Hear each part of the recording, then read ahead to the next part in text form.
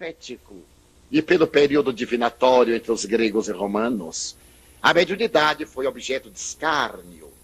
As cortes europeias, em geral, para divertir-se, aceitava pessoas atormentadas que se tornavam o bufo real para, através de comportamentos exóticos, psicóticos, divertirem a insensatez das cortes ociosas do mundo.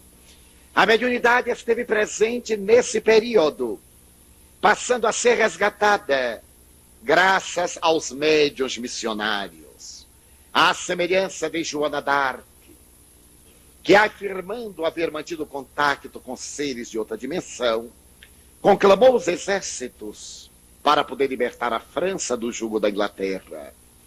Mas nesse mesmo período medieval, porque a mediunidade era portadora de verdades ácidas, conforme Jesus afirmara, quando eles se calarem, as pedras falarão. Referindo-se aos seus discípulos, quando não tivessem coragem de invectivar a imoralidade, o crime e o erro, pelas circunstâncias óbvias da posição deles, profetas do mundo transcendente, diante dos homens poderosos do mundo, as pedras das sepulturas arrebentariam seu silêncio, e os seres ali inumados viriam trazer a resposta da verdade. Foi o que aconteceu na história, quando os cristãos se tornaram áulicos do poder temporal, quando venderam a dignidade ao peso de ouro, e quando foram constrangidos ou voluntariamente aceitos a colaborar com o poder discriminatório das autoridades arbitrárias, negando a excelência do Evangelho, a mediunidade arrebentou a pedra sepulcral, e os mortos que não temem os homens vieram dizer-lhes das responsabilidades.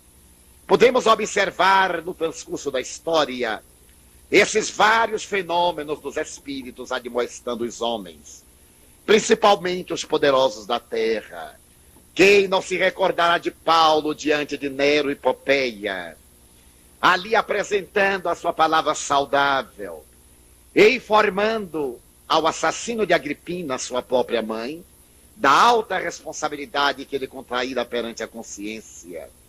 Quem não se recordará de uma grande mulher que foi considerada santa, Catarina de Siena, admoestando o Papa para que abandonasse a covardia que o tipificava quando ele fugiu para Avignon, abandonando o seu rebanho e retornasse a Roma. Quem se não recordará de Francisco de Assis, visitando Inocêncio VIII, referindo-se à opulência anticristã do Vaticano, pés descalços, embrulhado em modesta toga, em um casaco surrado que retirara de uma lata de lixo, e mostrando a senda libertadora do Evangelho. Naturalmente, essas advertências que vinham do mundo espiritual desagradavam sobremaneira os poderosos da terra, e eles, para desforçar-se, vinculando-se aos representantes oficiais de uma doutrina cujo selo é a mansuetude do Evangelho, levava-os à fogueira, gerando este período a que Viana de Carvalho se referiu como da demonopatia, em que os médiuns eram portadores de demônios. Ainda mais tarde, a colocação demonopata passaria a uma situação mais arbitrária, com o desenvolvimento da fisiologia e com o surto da psiquiatria na segunda metade do século XIX. A mediunidade seria uma patologia psíquica, e nós vamos encontrar em 1889 o primeiro grito clássico da cultura, afirmando que a mediunidade é um estado histeropata, de desagregação da personalidade, de desconcerto emocional, e a perseguição sorrateira, tentando anular o conteúdo da verdade, porque uma verdade numa boca de uma personalidade psicopata perde totalmente a sua validade. Mas a mediunidade superou todas estas acusações. E, historicamente, a mediunidade passa de toda essa curva de nível psicológico para uma atitude teológica. Vamos ver que o outro período da mediunidade é um período abrangente das várias teologias. Krishna, através de Arjuna, no Bhagavad Gita, fala da realidade da vida imortal e conclama o jovem príncipe Pandava a realizar a sua grande batalha nesse campo da vida entre as duas forças opostas, os Kurus e os Pandavas. Eram parentes entre si, mas naquela batalha que deve ser travada com caráter de destruição, o jovem príncipe diz ao seu guru: como eu poderia ficar indiferente numa batalha desta, vendo primos matarem-se reciprocamente, tios contra seus sobrinhos, irmãos contra os seus familiares, pais e filhos. E Krishna, com o rigor da sua personalidade de avatar, diz-lhe com austeridade: é necessário ter valor moral. Para que possas triunfar do ciclo das reencarnações inferiores, é necessário que te revistas da toga da coragem e enfrentes esta batalha clamorosa na qual os Pandavas, que são em número menor, devem vencer. E Krishna se atemoriza. Na linguagem do pensamento interpretado do Bhagavad Gita, os Pandavas são as virtudes humanas. O campo de batalha é a consciência e os Kurus são as imperfeições. Krishna é a voz divina dentro de nós. E o seu discípulo Arjuna é a personalidade de cada um. Em nosso mundo interior trava-se a batalha inclemente, na qual a covardia não pode ter lugar. Não podemos ouvir a voz maliciosa dos Kurus, da comodidade, do medo, da incerteza, mas olhar a voz, às vezes solitária, da coragem. É necessário vencer nesse campo neutro da nossa afirmação pessoal. Não há testemunhas, exceto a consciência. Não há aplausos, senão da paz interior. Não há pedradas, senão dos conflitos. Mas essa mensagem do Bhagavad Gita estará presente nos Upanishadas, que é uma palavra sânscrita que significa ajoelhado aos pés do mestre para aprender, que é um dos grandes livros do Vedanta, que constitui a categoria dos Vedas. Mas se nós passarmos para a Bíblia, a mensagem teológica está na boca de Moisés, através da mediunidade.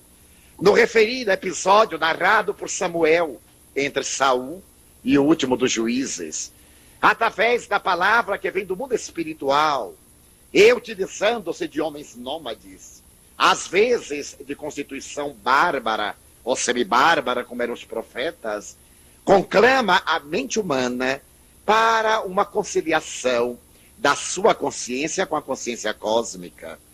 Vamos encontrar o apogeu deste fenômeno teológico mediúnico em Jesus Cristo, quando ele afirma: não sou eu quem fala, é o Pai que através de mim fala. Ou no momento culminante, em que o apóstolo Paulo assevera que já não é ele que vive, mas sim Jesus quem por ele vive. Ou quando, na primeira epístola, dirigida aos Coríntios, capítulo 12, versículo 4 a 11, ele assevera, em uma linguagem absolutamente kardeciana, e que transferida da epístola mandada aos companheiros de Corinto para as páginas do livro do Médium, você tem a impressão exata de que umas estão calcadas noutras, as referências em ambas contidas. Textualmente, ora, há diversidade de dons, mas o Espírito é o mesmo. E há diversidades de ministérios, mas o Senhor é o mesmo. E há diversidades de operações, mas é o mesmo Deus que opera tudo em todos.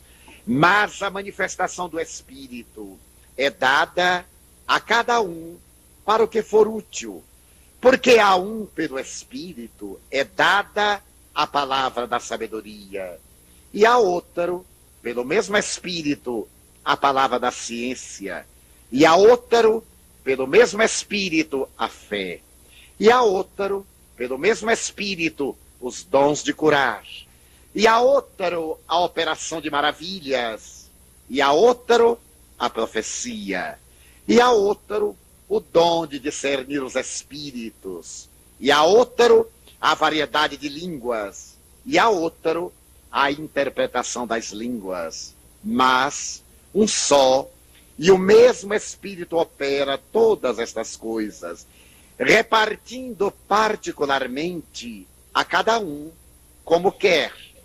E mais adiante, voltando ao assunto, na sua segunda série de cartas aos mesmos Coríntios, no capítulo 4, versículo 7, volta o grande missivista das gentes a dizer: temos esse tesouro em vaso de barro, para que a excelência do poder seja de Deus e não nosso, demonstrando na teologia da vida espiritual a realidade dos dons da própria mediunidade.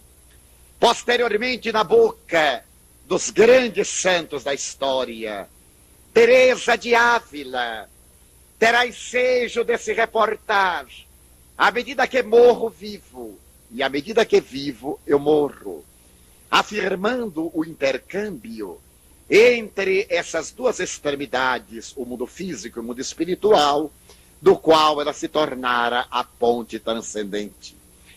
A mediunidade, do ponto de vista teológico, está nas entidades mais austeras do pensamento religioso da humanidade, das várias doutrinas, porquanto todos os grandes capitães da fé, conforme René Philip Miller, eram inspirados. Eles recebiam das forças espirituais as diretrizes que materializavam no mundo para conduzir a criatura humana. Então a mediunidade passa para o outro aspecto, o aspecto de natureza ética. Qual é a finalidade precípua da mediunidade? É trazer ao homem a diretriz comportamental para uma vida saudável. Porque em todos os instrumentos, na sua variada nomenclatura, a presença do Espírito é a mesma. E o conteúdo da verdade é o mesmo, a imortalidade da alma. Tem a mediunidade como princípio ético provar a imortalidade da alma. E por efeito, uma consequência moral. Desde que a vida é imortal, que iremos vivê-la depois da dissolução da matéria, deveremos ter um comportamento de natureza filosófico-moral que nos dará a felicidade ou a desdita. Esse comportamento moral está íncito no Evangelho de Jesus, o mais admirável código de comportamento de que a humanidade tem notícia. A mediunidade é, portanto, algo que pode ser examinado do ponto de vista ético, porque ela estabelece as linhas do comportamento otimista, dizendo-nos de início que a vida tem uma finalidade luxuriante e bela. A vida é uma empatia da divindade para com o ser que aguarda o retorno dessa mesma mensagem em forma de felicidade humana. A mediunidade, abrindo o seu leque de natureza ética, pode ser examinada do ponto de vista fisiológico. Não se trata, portanto, de uma conotação divinatória, de uma concessão temporal, mas ela tem um caráter de profundidade fisiológica. E foi Allan Kardec quem aprofundou a sonda do fenômeno mediúnico na sua mais grandiosa profundidade. Terá ele a oportunidade de afirmar no Livro dos Médiuns, capítulo número 14, que todo aquele que sente, num grau qualquer, a influência dos espíritos é, por esse fato, médium. Essa faculdade é inerente ao homem, não constitui, portanto, um privilégio exclusivo. Por isso mesmo, raras são as pessoas que dela não possuem alguns rudimentos. Pode, pois, dizer-se que todos são mais ou menos médiuns.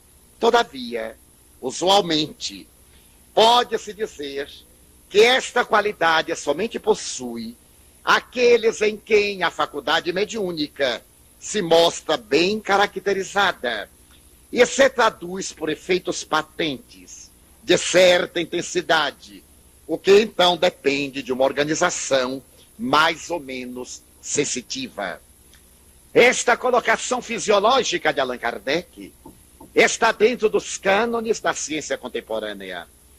Em Livro dos Médiuns, ele voltará à carga, asseverando que a mediunidade é uma faculdade orgânica. Mas ela deverá possuir, então, matrizes fisiológicas, para que se possa manifestar. E o caráter ético da mediunidade está embutido na sua colocação fisiológica. É a mediunidade uma conquista moral? Perguntará Allan Kardec. E os espíritos dirão, em absoluto, é uma manifestação física. Porque se pode ser portador de uma excelente faculdade mediúnica com um péssimo caráter. E se pode possuir um admirável e diamantino caráter sem nenhum vestígio de mediunidade. É uma faculdade orgânica com uma inteligência, com uma memória destituída de qualquer conotação moral ao espiritismo. Portanto, a mediunidade, do ponto de vista espírita, coube a tarefa de dar-lhe uma engrenagem de natureza ética, fazendo que o valor moral do médium responda pelas consequências das suas manifestações. E demonstrando que, vivendo o homem em um universo de ondas, de mentes, de energias, de vibrações e de raios, ele tem correspondentes por similitude. De acordo com a emissão da onda, ele recebe uma resposta correspondente. É o que Allan Kardec chamaria a lei das afinidades fluídicas. Para podermos entender esta lei de afinidades fluídicas e situarmos a mediunidade do ponto de vista fisiológico, é necessário que nos detenhamos, pelo menos por breves pinceladas, neste mundo de radiações. Einstein afirmava que todo o universo é o resultado de leis desconhecidas ainda e que funcionam em caráter de invisibilidade. Essas leis que produzem as ações e reações invisíveis retêm as partículas. Nós temos esse tipo de radiação em nosso comportamento. Quando estamos ao lado de uma pessoa saudável, nós nos sentimos otimistas. Ao lado de uma pessoa alegre, nos sentimos joviais. Diante de uma pessoa pessimista, negativa, nos sentimos deprimidos. Porque as pessoas irradiam do seu estado psíquico essa energia não necessariamente classificada que nos contamina. Encontramos alguém que está com problema, uma enfermidade física, uma dor de cabeça, um problema psicológico, dialogamos um pouco e a pessoa nos diz, foi ótimo ter encontrado com você, estou me sentindo aliviado, e se vai. E nós dizemos, foi uma desgraça ter encontrado com ele, porque nós nos sentimos muito mal, indispostos, e saímos daí, como se convencionou em linguagem popular, saímos carregados. É uma irradiação, é um intercâmbio de energia. Mas este fenômeno que é comum entre as criaturas é também comum entre as partículas. Se tomamos de um ferro imantado e colocamos embaixo de uma superfície e sobre ela atiramos fragmentos metálicos, haverá uma força de coesão e imediatamente aquelas partículas se reúnem em torno de um campo. Albert Einstein referencia a esse campo em uma teoria extraordinária, que é chamada a teoria do campo. Ele deseja pretender colocar que um foco, uma realidade que tem uma força de irradiação, produz uma dilatação da sua própria capacidade. E à medida que esta irradiação vai ad infinitum, ela gera em torno do foco central um campo. Por exemplo, se acendermos aqui uma lâmpada, este foco irradiante seria um inteiro. E à medida que esta irradiação se vai distanciando do foco, passa a ser meio, um quarto, um oitavo, um 32avos, até o infinito.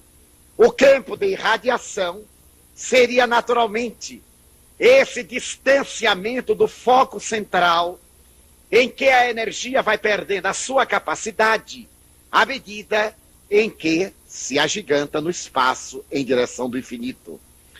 É uma coisa bastante simples de compreendermos. À medida em que esta força se distancia, a sua capacidade energética diminui.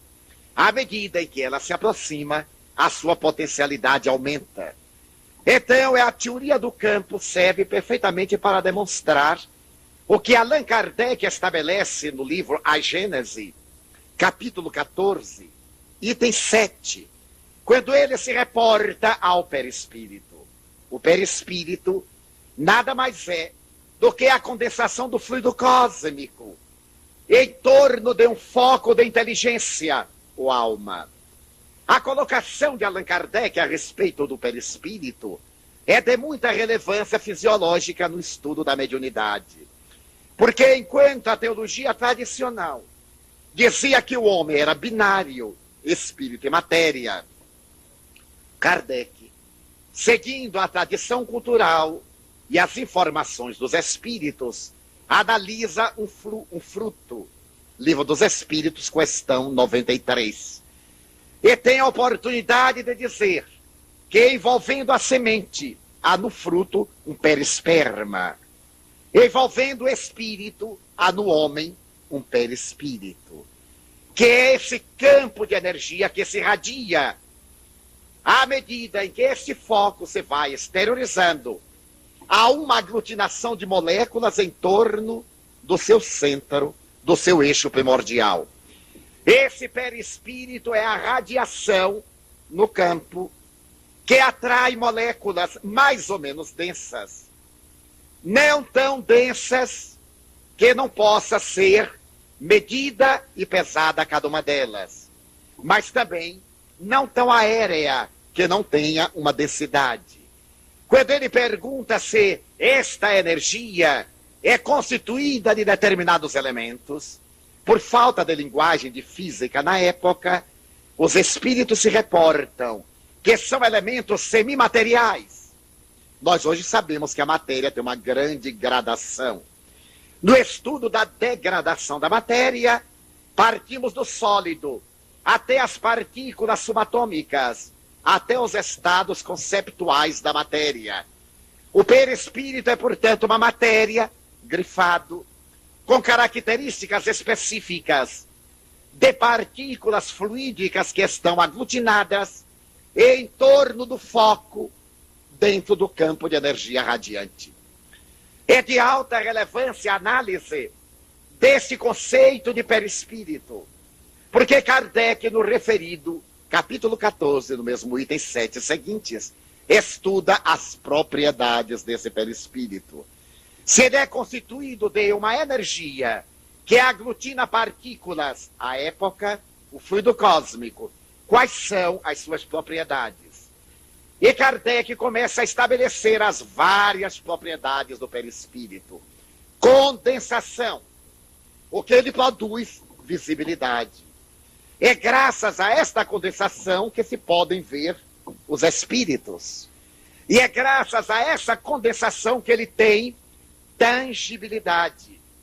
Kate King, materializada, espírito, era pesada em balanças elétricas por William Crookes. Já vê que o perispírito dela, aglutinando as partículas de ectoplasma do médium, dava-lhe tangibilidade, peso. E ela podia ser colocada numa balança, podia ser medida, podia deixar pegadas em uma superfície com talco, com pó de arroz, podia sentar-se e ali demonstrar que era um ser de ordem material. Das experiências da senhora Ana Prado, em Belém do Pará, veja-se o Livro dos Mortos. Teremos oportunidade de ver Raquel, a filha de Frederico Figner, sentar-se às pernas do seu pai, depois de desencarnada no Rio de Janeiro.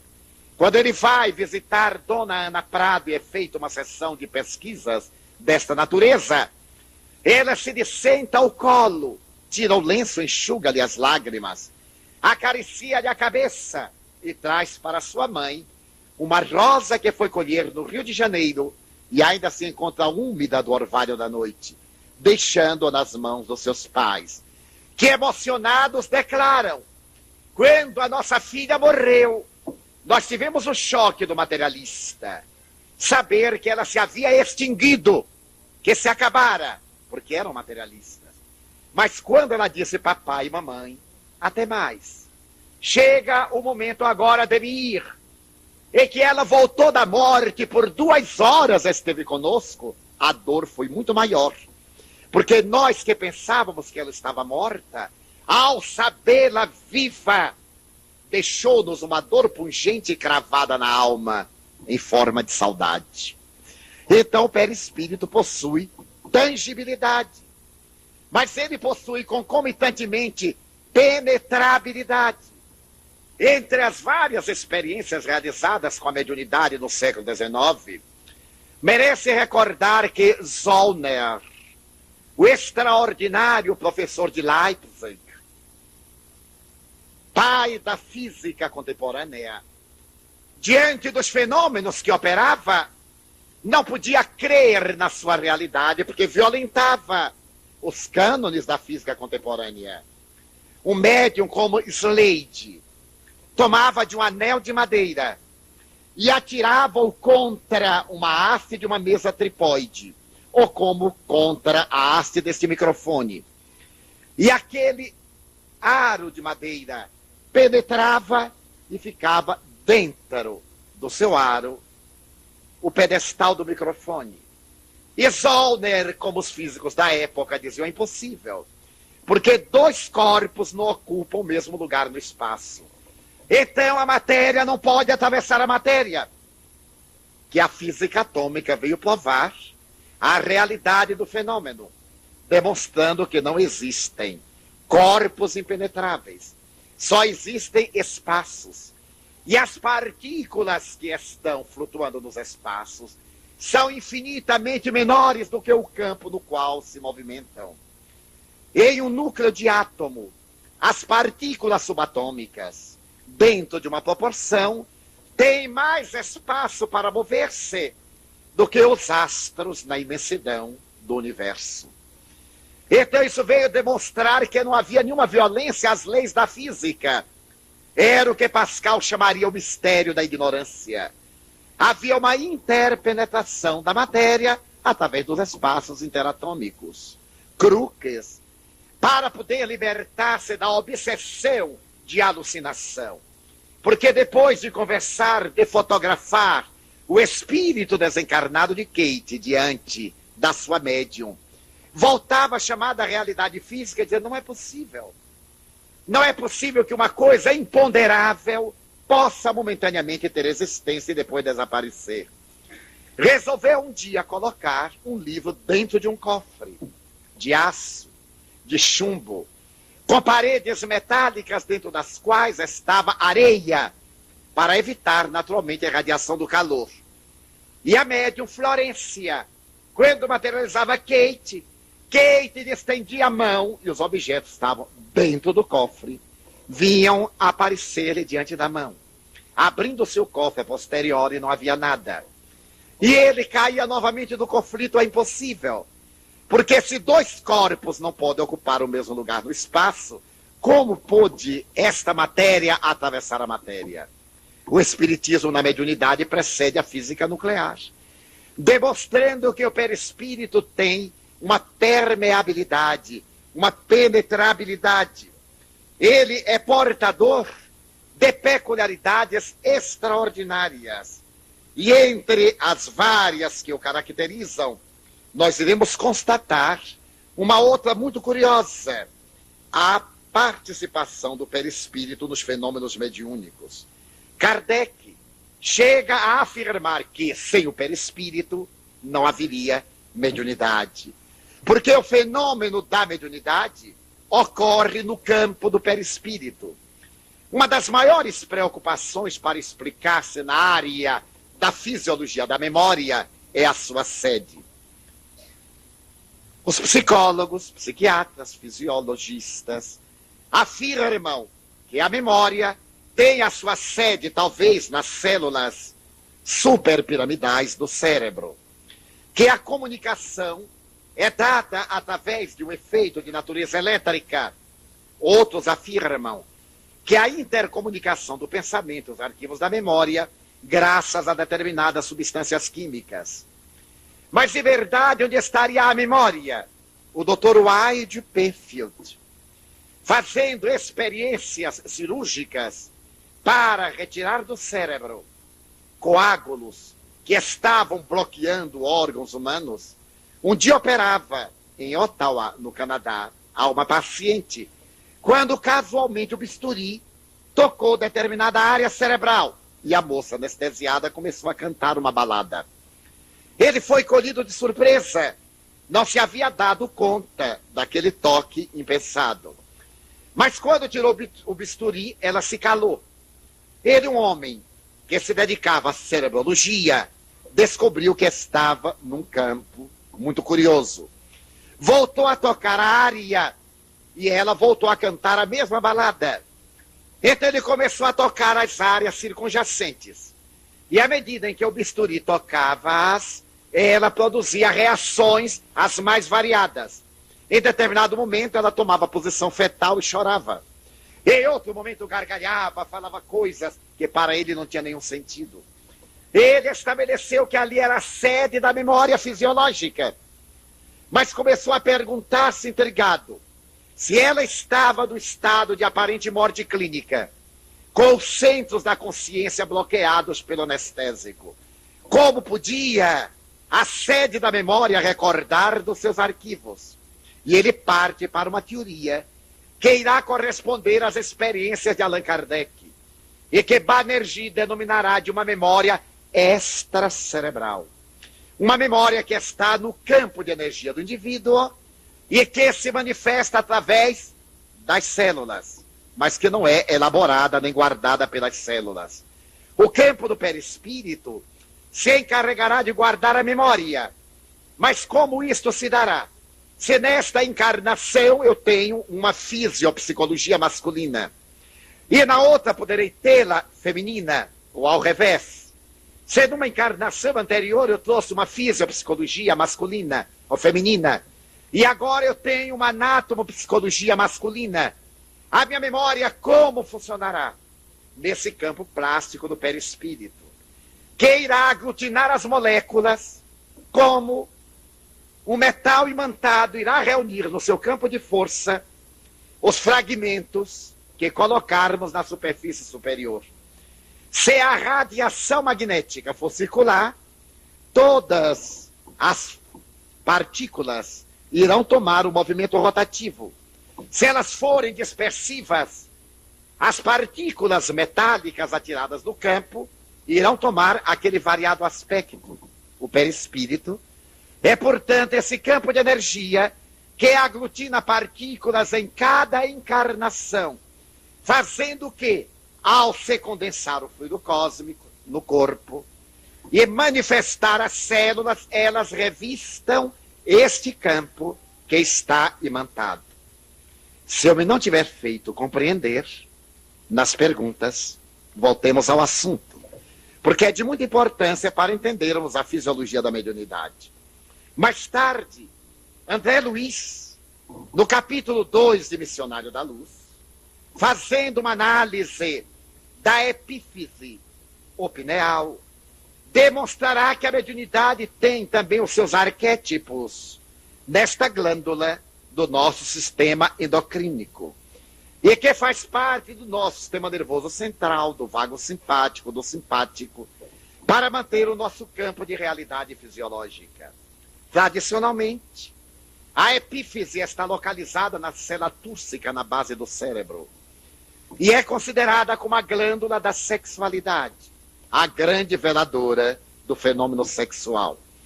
A partir dos 12, 14 anos, com várias oscilações, quando começa a formação dos órgãos anexos da sexualidade humana, ela elimina hormônios específicos para a caracterização da forma e da psicologia do ser. E vai diminuindo a sua produção hormonal até, segundo alguns fisiologistas, desaparecer completamente. Mas, segundo André Luiz, e particularmente o mentor Alexandre, ela perde a sua forma física, mas não a sua fisiologia de portadora de elementos psíquicos. A tradição religiosa conhecia na Índia, na China, no Japão, no Egito, porque ela era a desveladora do centro coronário, a sede da energia divina, que na psicoanálise, na psicologia e na psiquiatria serão a sede do superego, da inspiração divina ou das potencialidades inspirativas do homem. Os hindus chamavam-na o centro do lótus de 1000 pétalas, como se fosse uma flor de lótus acima da realidade fisiológica, abrindo as suas várias pétalas para captar a inspiração divina. É, portanto, a epífise a glândula da mediunidade, porque ela capta a energia que é atirada em relação ao centro cerebral. Esta porção cérebro frontal encarregada de manter a inteligência, o discernimento, o raciocínio, o movimento motor, determinadas aptidões na área da vida, e se irradia por todo o organismo que a tradição estabeleceu nos 7 chakras, ou nos 7 fulcros que ligariam o espírito à matéria, através do perispírito. A glândula pineal é, portanto, o fulcro da realidade mediúnica. Quando se dá o fenômeno mediúnico, há-se que considerar que a engrenagem da mecânica é muito mais complexa do que parece. Por esta razão, a mediunidade exige uma educação e uma disciplina muito severas. Quando esta educação e a disciplina não se dão com austeridade, ela passa a ser um fenômeno atormentante.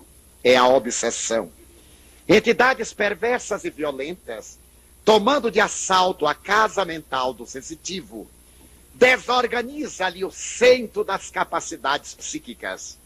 E ele perde a sua personalidade, invadido pelo hóspede, que passa a viver em conúbio mental na sua residência psíquica. A obsessão é a porta que se abre pela violência à necessidade da educação mediúnica.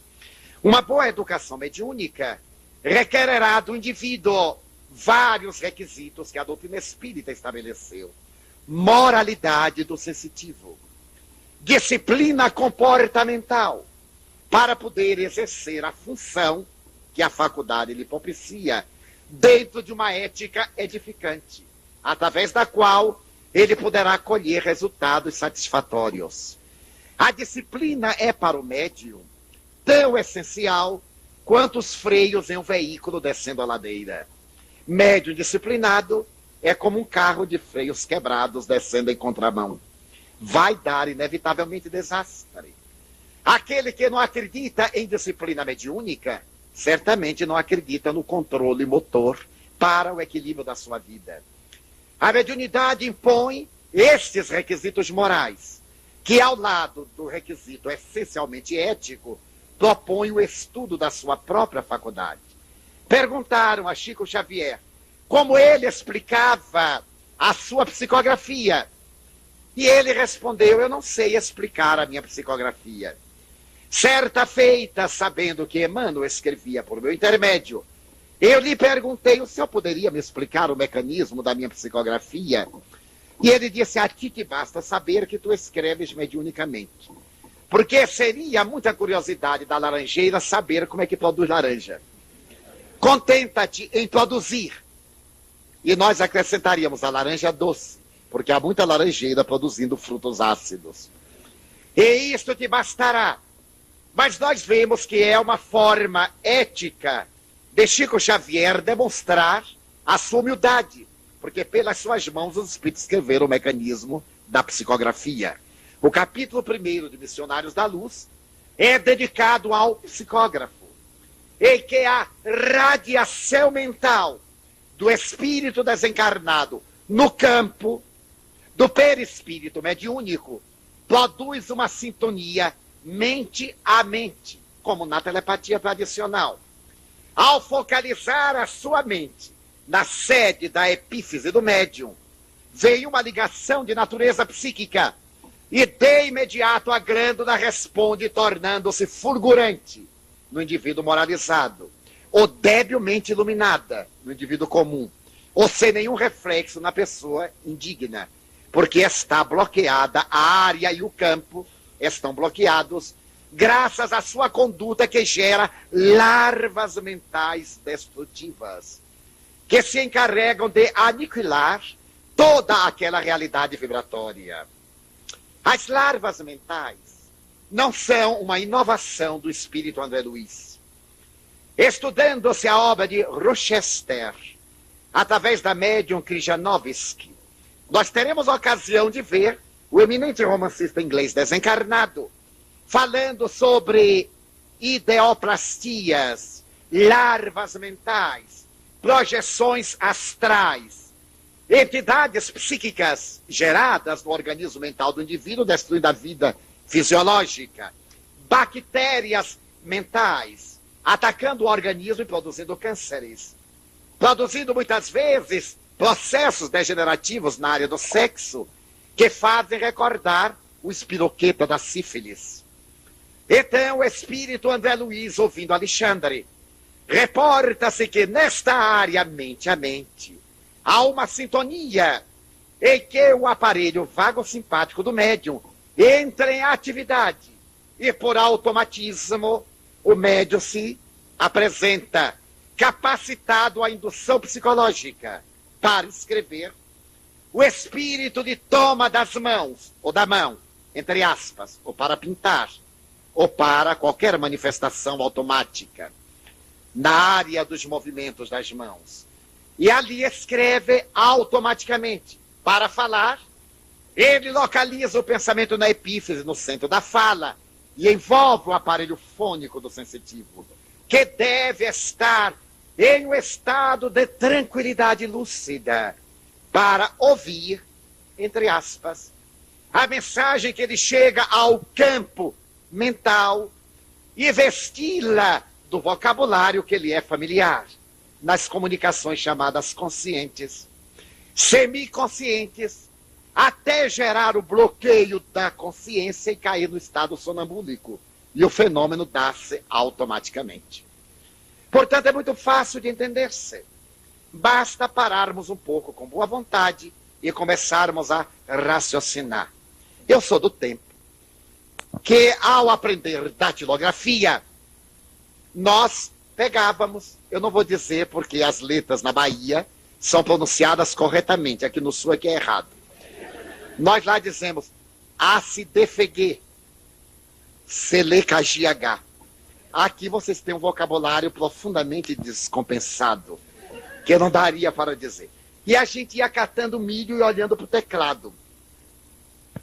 Depois, quando a gente já estava mais ou menos, a professora colocava um cobre teclado, um horrível pedaço de papelão que pertenceu à geração passada, ficava entre a nossa mão e os olhos, e a gente tinha que ir pelo tato.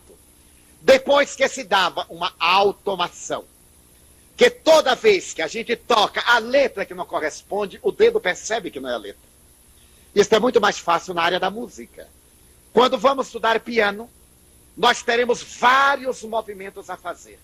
Primeiro, temos que saber ler o pentagrama, ler a pauta, saber ler a clave de sol, a clave de fá. Não é brincadeira. Colocar a clave de sol na mão direita, a clave de fá na mão esquerda, a clave de sol no teclado branco e a clave de fá no teclado negro. Ainda tem o tal do pedal para controlar o compasso. E a gente vai, não sabe o que faz no começo, fica tateando. Mas treina, treina e treina. Memoriza a música, memoriza o teclado nos dedos, memoriza o ritmo. E ainda aprende uma letra. Quinto movimento, a letra da música. E se está apaixonado, canta e chora pensando no namorado. 6 coisas por automatismo. E a gente não se dá conta. Mas quando dizemos na mediunidade, não desanime. Exercite até automatizar. Ah, eu não vou automatizar nunca. E eu pergunto, como é que sabe? Ah, porque eu não consigo. Não, você ainda não conseguiu. Mas ter exercitado, ah, sim. Já tem 3 meses que eu estou exercitando. E eu digo assim, pois é, eu estou há 40 anos. E ainda não logrei exercitar direito. Porque são fenômenos automatistas, em que a personalidade deve ceder lugar. Vejo médiuns que terminam a reunião mediúnica e começam a comentá-la. Ah, você viu quando o espírito disse para o intermédio isso, aquilo, aquilo, aquilo, aquilo, e está recordando e fixando na memória. Então não perdem a lucidez. Terminou a reunião mediúnica, o primeiro caráter do sensitivo é esqueça. Não volte à baila. O diretor comentará as deficiências, o ponto positivo das mensagens. Mas você não procure lembrar o que o espírito disse, para que o seu campo de memória não fique ativo nessa área. Como é que nós fazemos quando queremos esquecer as coisas desagradáveis? Às vezes até balançamos a cabeça, ah, negativo. Jogamos fora e a memória atende. Quando nós queremos lembrar, o que é que fazemos? A associação de ideias, que é uma área da psicologia. Eu, por exemplo, tenho uma memória muito boa para números. Sou capaz de memorizar 50 algarismos em série. Mas o que faço? Eu criei um método. Eu somo os algarismos, dá um trabalho horrível. Somo todos. E vou fazendo depois eliminações. Era muito melhor memorizar um a um, mas eu prefiro somar. É um mecanismo de associação de ideias. Se numa palestra eu vou dizer um nome, e por qualquer circunstância há um bloqueio, o nome não vem, eu esqueço, eu anoto na memória e digo, quando chegar em casa, vou lembrar, hein? Quando eu chego em casa que eu me deito, a memória abre a lembrança, e eu digo, não posso dormir enquanto não me lembro do nome. E não durmo enquanto não me lembro do nome. Aí eu começo, A, B, A, aba. Não. A, B, E. Se alguém vê, coitadinho, e aí vai. Até eu chegar em A, Lê, H, E, Me, não dá. Então, no terceiro A, B, A, G, T, E, aí o nome vem, porque libera o bloqueio, como é natural.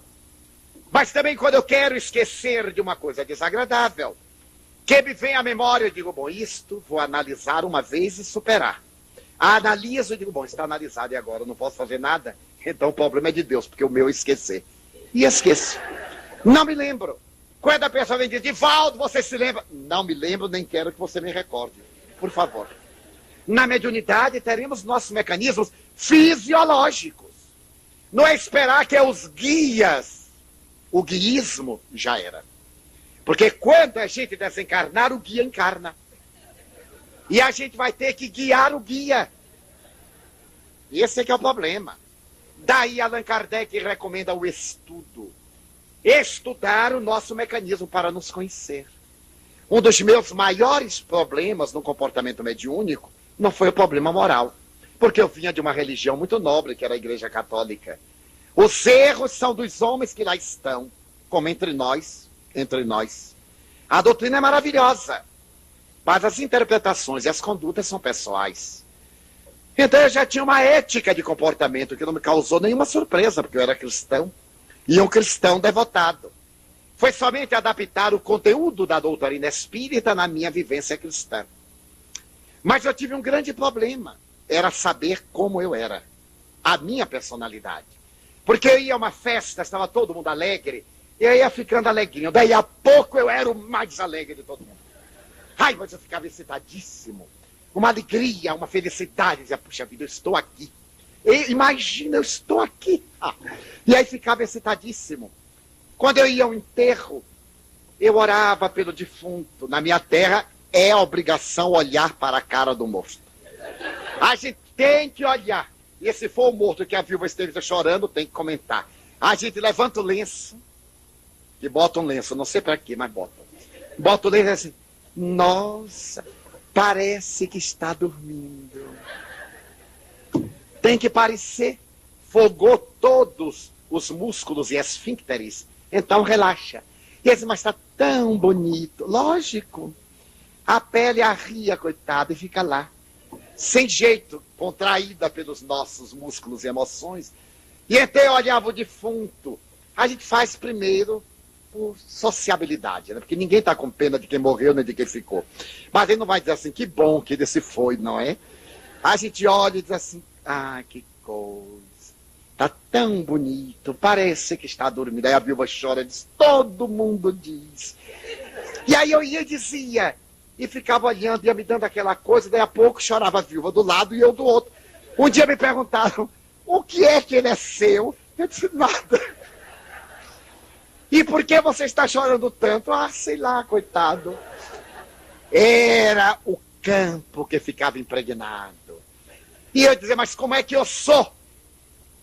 Então, um dos meus grandes amigos e familiar, Nilson, é uma pessoa mediunicamente fria, sem emoção mediúnica. E ele dizia, Nilson, você vai ser o meu fiel de balança. Você convive comigo e vai ajudar eu me descobrir como sou. Quando eu estiver chorando muito morto dos outros, você me diga. E quando eu estiver rindo muito o marido dos outros, a esposa dos outros, você me dê um sinal. E aí, ao longo do tempo, eu fui descobrindo as minhas reações. Se me vinha aquela onda, eu digo, não. Isso é afinidade, sintonia. Vou procurar me refugiar. Esta é a educação mediúnica. Vou procurar me controlar. Se, por exemplo, eu estava conversando com um paciente, a onda de emoção dele me assaltava, eu procurava e procuro me bloquear. Porque senão eu perco o discernimento para aconselhar. Eu perco a sintonia com os espíritos, porque estou sintonizado com o problema, para ser o veículo da mensagem. Às vezes eu via lá em Pedro Leopoldo, Uberaba, aquelas mães em desespero, e o Chico sereno, eu digo, nossa, não sei como ele aguenta. Porque cada uma que contava, eu chorava com ela. Ai, eu chorava. E um dia o Chico olhou e disse assim, dá dó, não é, Edivaldo? Eu digo, dá. E ele chorava. E ele não, na dele. Um dia eu perguntei, mas Chico, você já acostumou? Ele disse, não, meu filho, acostumei não. É que se eu chorar com elas, Emmanuel pergunta se o morto era meu ou delas.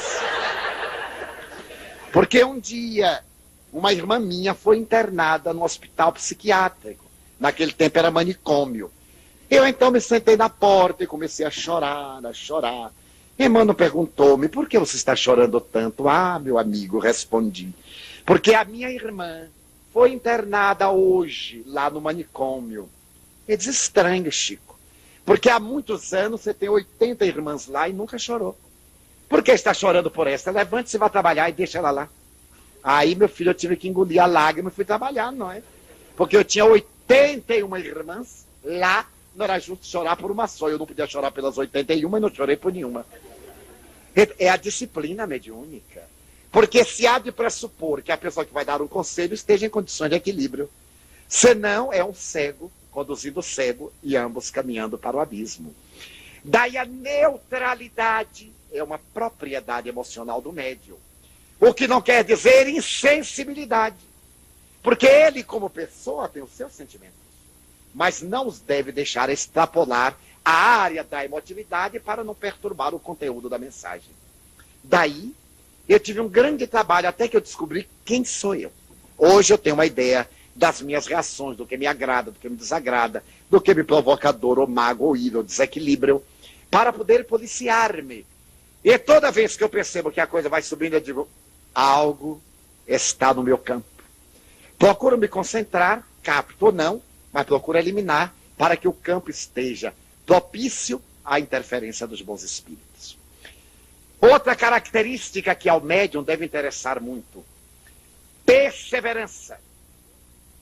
Porque a pessoa não é médium apenas durante as sessões mediúnicas. Há indivíduos que só são médios nos dias e noites das sessões. Nos dias comuns eles são outra coisa. Bebem, gozam, brincam, fazem tudo. Ai, hoje é dia de sessão. Ai, meu Deus, hoje é dia de sessão. Deixa eu me acalmar.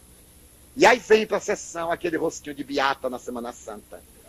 Mas por dentro ele está agitado. Senta-se à mesa, fecha os olhinhos, mas a mente continua agitada.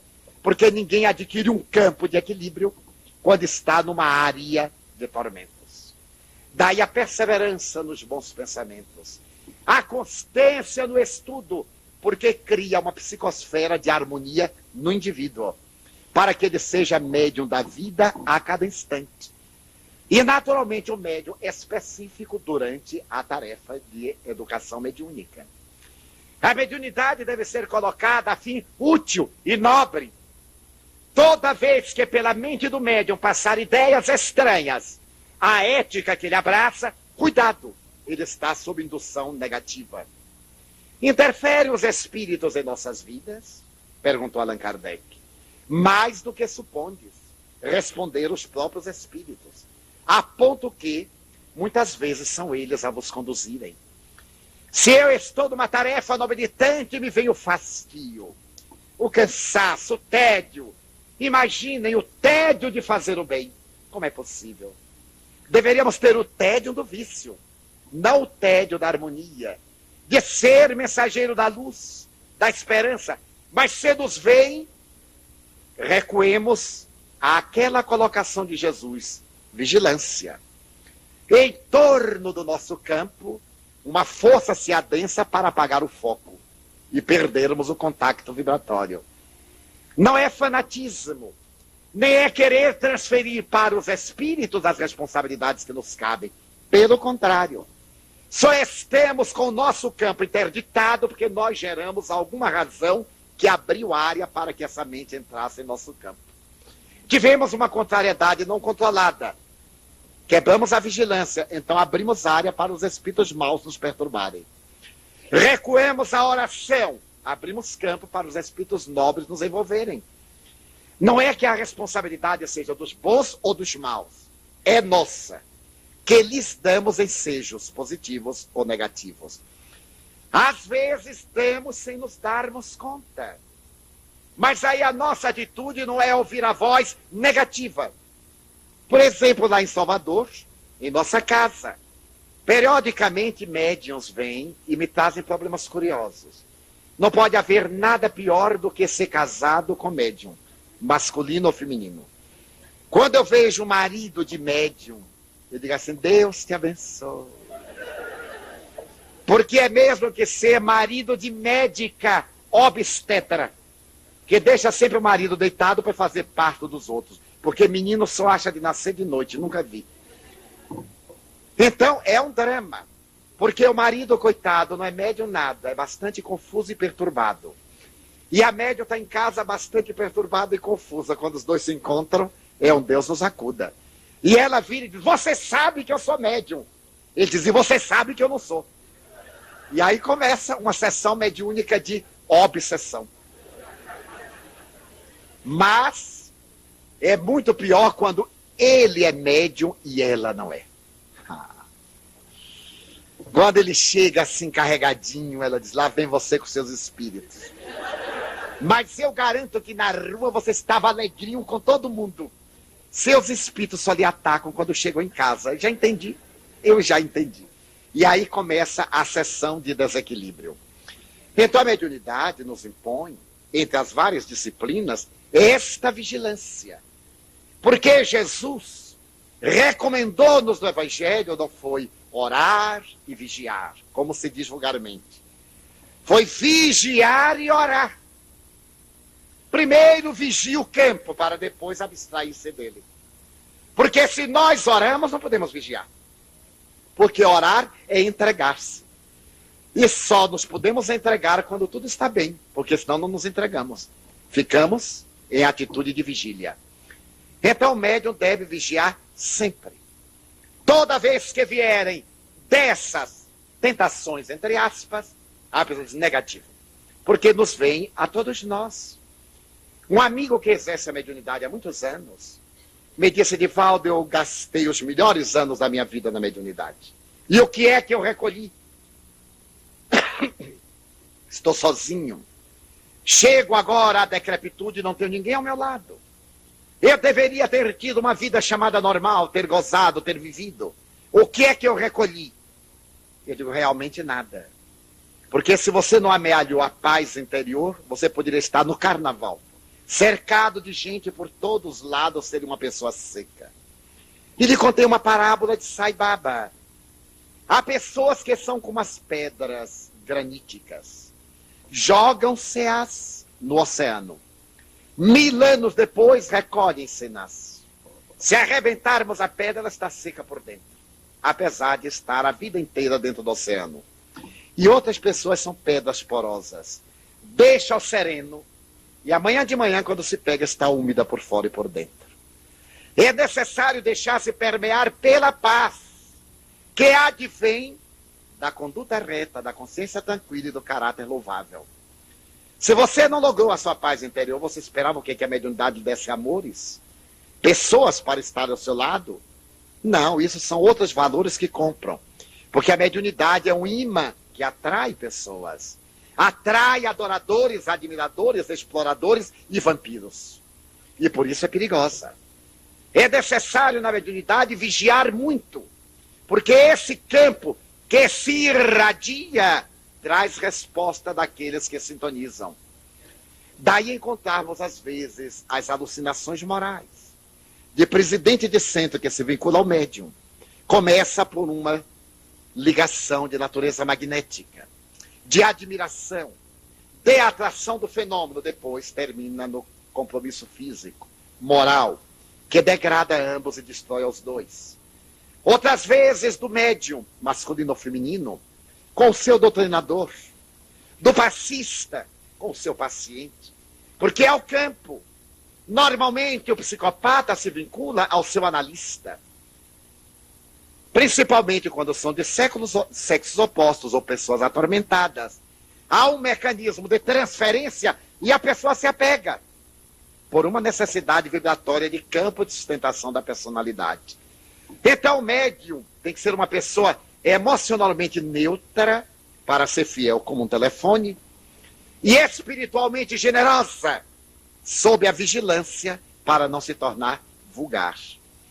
Daí as particularidades do perispírito, que permitem a sua tangibilidade, a sua sensibilidade, a sua permeabilidade, a sua dilatação no espaço.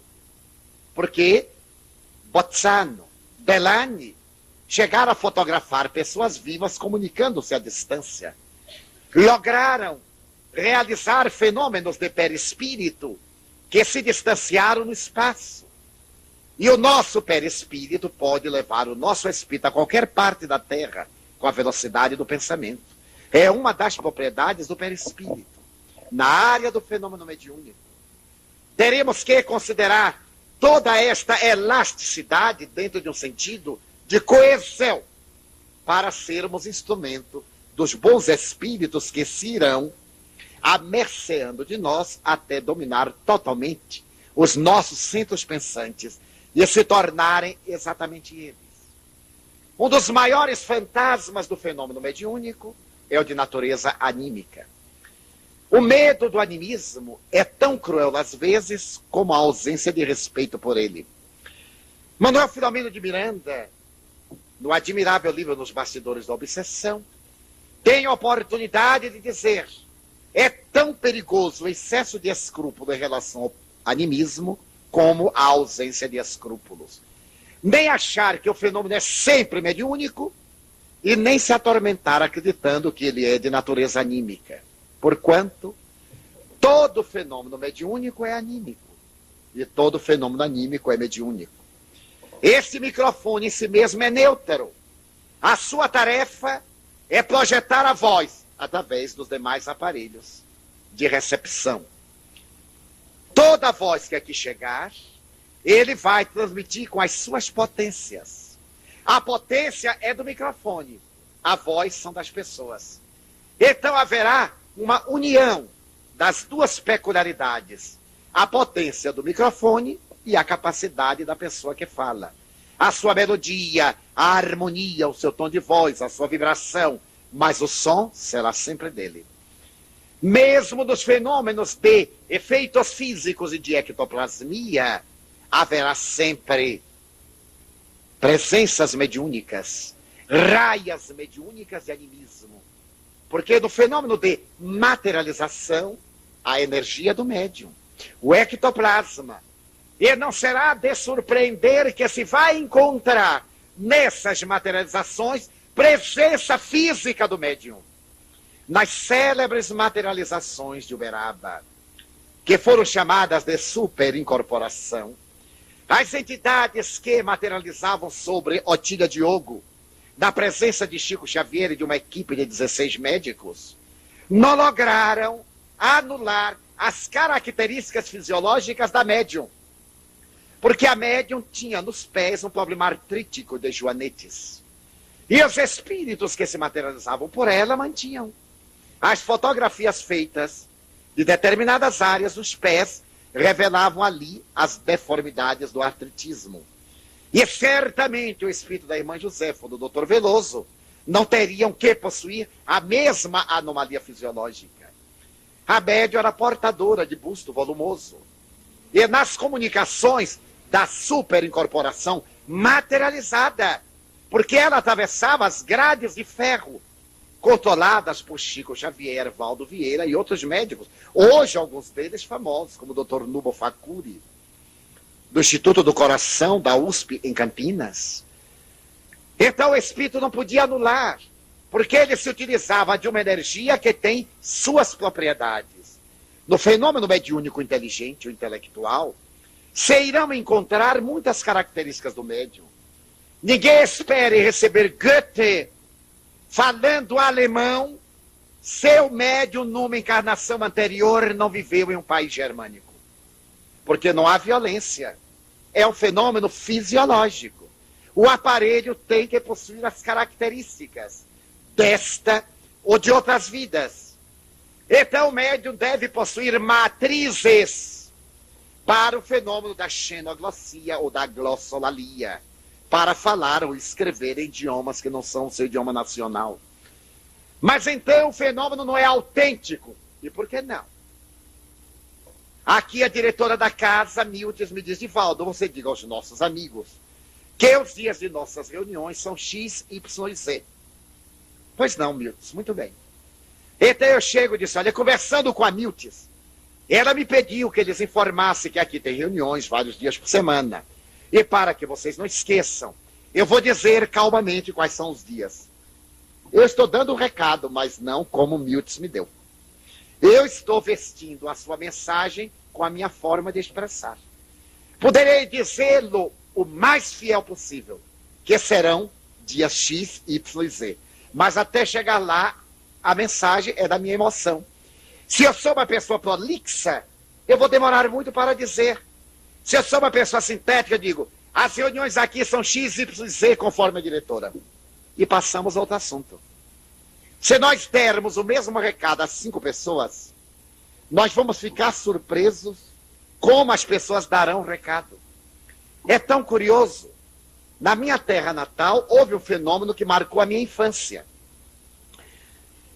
Havia o jogo do bicho, que não há mais, porque é proibido. Então, uma vizinha sonhou e disse à amiga o seu sonho. E quem joga no jogo do bicho, quem faz as fezinhas, tem uma habilidade mental para interpretar o sonho, que é uma coisa impressionante. Aí sonha com uma tábua. Ah, crocodilo. Hoje vai dar. E então a senhora interpretou, jogou e ganhou. E ficaram amicíssimas. E a vizinha disse: todo sonho que você tiver, você me conta, porque seu sonho é formidável. E um dia lá, a vizinha disse: hoje meu marido é que sonhou. Ele teve um sonho engraçado. Ele sonhou que um galo que nós tivemos havia posto um ovo. Veja que bobagem. Aí a vizinha disse: é galo. Mas posto um ovo? Não, não há galinha no jogo do bicho. E o assunto morreu aí. À tarde desse dia, corria em nossa rua a seguinte notícia: diariamente o marido da fulana põe o ovo.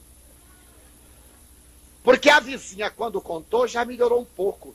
E você sabe que a minha vizinha tem um galo e o marido viu o galo pondo ovo? Já não contou que foi o sonho. A outra, mas que absurdo. E então contou a outra: você sabe que é muito provável que o marido de fulana de vez em quando põe o ovo? E a outra contou: minha filha, todo dia ele põe ovo. Porque é a capacidade de vestir a ideia. No fenômeno mediúnico é a mesma coisa. O espírito vai dar a mensagem com o nosso vocabulário desta ou de outra vida. Mas os céticos, que duvidam até de si mesmos, sempre querem provas que os convençam. E eu encontro pelo meu caminho muita gente dessas, que duvida de mim, duvida de Deus. E uma coisa que eu gostaria de dizer aqui, muito em segredo: nunca se preocupe de ninguém duvidar de vocês, porque a gente também duvida deles. Não está vingado, portanto, está 0-0. Quando a pessoa diz: mas Divaldo, eu não acredito na sua mediunidade, eu digo assim: muito obrigado. Eu digo para mim, eu também não acredito nele. E ficamos em paz, porque ninguém convence a ninguém. Nós não nos convencemos a nós próprios, porque teremos que convencer os outros. E então é muito comum alguém chegar e dizer assim: mas senhor Divaldo, o senhor poderia me dar uma prova da imortalidade da alma? Eu digo: de jeito nenhum. Eu logo vi. Eu digo: para você a alma não existe. Não. Eu digo: então me prove. Não posso. Eu digo: então existe. Porque é muito cômodo a gente ter que provar a todo mundo e ninguém nos provar o não. Por quê? Quando vem com a dúvida: não, eu não creio. Eu digo: então prove. Não posso. Se você não pode, é porque é. Aí a pessoa fica assim com ar de pateta. Daí, em nosso campo mediúnico, não deixemos que as pessoas negativas interfiram com suas vibrações contrárias. Eles têm o direito de não crer e de não nos respeitarem. E nós temos o dever de acreditar e de nos respeitarmos. Quando eu vejo alguém blasfemar contra Deus, como é que eu posso esperar que acredite em mim ou que a mim me respeite? Seria o máximo da presunção. Porque sempre há uma explicação quando queremos negar, como também quando queremos afirmar. Daí, vamos vestir as ideias com paz. Vamos nos iluminar. É óbvio que um médium cristianizado, lúcido e culto, de mensagens muito mais profundas do que um médium superficial e frívolo. É de Allan Kardec. É necessário que o médium se evangelize, que ele estruture a cultura para facilitar aos mensageiros comunicarem-se. Uma pessoa lúcida será muito mais fácil para veicular um recado meu. Imagine se Einstein vem aqui para estabelecer a teoria da relatividade do tempo e do espaço. E eu me recordo de um fato verídico, com um tom anedótico.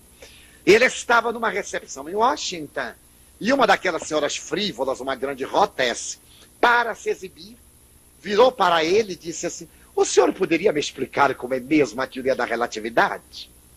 Ele disse: qual é a profissão da senhora? Ele disse: eu sou hostess. Gosto de recepções. Ele disse: então fique por aí, minha senhora. Porque se a senhora entrar nessa teoria, só não sai nunca mais. E uma outra disse a Yehud Menuhin, o grande violinista: como eu gostaria de tocar assim. Eu daria a minha vida para tocar como o Senhor. Ele disse: daí, nada demais. Para tocar assim, eu dei a minha vida. Desde os 5 anos eu não faço outra coisa. Porque a gente adora a pessoa no apogeu e quer começar por lá, mas não sabe o campo que a pessoa percorreu para chegar até lá. Na mediunidade, como em qualquer outra faculdade fisiopsíquica, há um campo imenso a joirar, que nós deveremos trabalhar diariamente com muita reflexão, fazendo uma autoanálise, moralizando-nos, ductibilizando-nos, dulcificando-nos e exercendo por cima de tudo a caridade. É a caridade a luz acesa em nosso caminho. É a caridade que vai trazer para nós os maiores estipêndios de nossa vida. Contamos algures, e está no livro que a Sueli Schubert publicou, O Semeador de Estrelas, um fato mediúnico, que nos aconteceu e que mostra quanto é bom vivermos mediunicamente. Um dia eu li que um homem se atirou sobre as rodas de um trem em Salvador. E foi esmagado de uma maneira tremenda. O repórter escreveu com tanta riqueza de detalhes que me deprimiu. Eu fiquei tão deprimido com a morte daquele operário, que passei a orar por ele. Anotei o nome numa cadernetinha que eu tenho, que de vez em quando eu mudo. Eu oro por aqueles que me pedem, eu anoto. Oro. E depois um dia eu digo, se não melhorou, tenha paciência. Aí arranco a página e boto outra. Porque senão não acabo nunca. E quando a pessoa pergunta, Divaldo, você ainda? Eu digo, não mais. Já dei a sua vez, agora eu estou com outra. Anotei na minha cadernetinha e todo dia eu pegava, parava nele e dizia assim, meu irmão. Mandava mensagem de otimismo. E fazia o papel de advogado, assim, meu Jesus, ele não quis se matar. O senhor sabe, eu lembrava, podia ser que Jesus esquecesse. O senhor sabe que o suicídio é um doente e tal. Interferia, me emocionava. Uns 10 anos depois, eu olhei e disse, meu Deus, se ele não saiu do umbral, se ele não melhorou, não posso fazer mais nada. Agora a outra, arranquei a página e botei um substituto. Passaram os tempos. E no ano de 1962 eu fui objeto de uma grande provação pessoal. Uma provação que foi o momento culminante da minha vida. Ainda mais que Joana de Ângeles me disse, não comente nunca, não se defenda e nunca demonstre que sabe. Faça de conta que não aconteceu. Eu não digo para ela assim de boca, mas eu digo de cabeça. Eu digo, porque não é com ela. Imagine, fazer de conta que não sei uma coisa que eu super sei. Não comentar, porque o melhor da briga é a orquestração. E não me queixar, não pôr para fora o que é que ela está pensando. Mas eu falava isso quando ela não estava, quando ela chegava, eu dizia, sim senhora, perfeitamente. E tentei fazer o melhor possível. Adoeci, porque os dramas morais são mais graves do que os físicos. Somatizei o problema, emagreci 16 quilos em 1 mês e 10 dias. E adquiri uma dor de cabeça que eu não podia caminhar. Porque quando eu pisava no chão, me abalava toda a estrutura. Mas eu tinha que trabalhar. Trabalhava. Sofri bastante. E uma noite chegou ao que eu considero o ponto máximo. Eu digo, ou eu grito, ou eu vou enlouquecer. Porque era um problema que desestruturou tudo aquilo em que eu acreditava. Pessoas a quem eu amava, em quem eu dava a vida. Conceitos que eram a minha base existencial. O homem é aquilo que ele pensa. Então eu não podia conceber que tudo isso estivesse em choque. E eu tivesse que engolir, sem ter o direito, pelo menos, de perguntar por quê. Mas foi a ordem que eu recebi calar. Então, nessa noite, eu me encostei à parede de um pequeno espaço que há entre meu quarto e minha sala de trabalho. Encostei ali e eu tenho uma estrela com a qual eu namoro há muitos anos. Ela é tão longe que ainda não tirei resultado nenhum. Chico Xavier disse que namoro é bom de perto, porque rende. A minha estrela muito longe, eu só a vejo no seu campo. E ela faz um périplo por cima de uma mangueira que temos lá. Eu calculo a hora pelo seu ciclo. Conversamos. É coisa mesmo de médium. Conversamos com ela. E nesse dia eu me encostei, olhei e disse, veja em que estado me encontro. Joana não quer que eu me queixe. O povo vem e me fala e eu desvio o assunto. Os amigos e inimigos me escrevem. Aqueles que gostam de mim abordam, os que não gostam também abordam. E eu não vou aguentar. Hoje você se segura aí porque eu estou com vontade de gritar e correr. E se eu correr, primeiro eu vou descer a escada para não quebrar a perna. Você não estranhe, é a minha primeira crise. Quando eu estava nisso, as lágrimas me vieram. Porque a dor moral foi tão grande que eu não consegui chorar. O choque me deu um traumatismo, me bloqueou e eu não conseguia chorar. Pelo contrário, é a figueira que secou. Eu senti a alma ressequida e indiferente. A mágoa foi de tal forma, a dor, não no sentido do ressentimento, que eu fiquei insensível e desinteressado. Mas como eu sou muito otimista, de vez em quando eu disse, mas a vida é bonita, isto vai passar. E me animava. Bom, Nessa noite, encostado à parede, as lágrimas me vieram em catadupas. E quando eu estava chorando, eu vi uma voz me perguntar: por que você está chorando? Eu nem quis abrir os olhos, porque é tão bom chorar. Quem gosta de chorar, aproveite. Porque é uma delícia. É horrível a gente não chorar.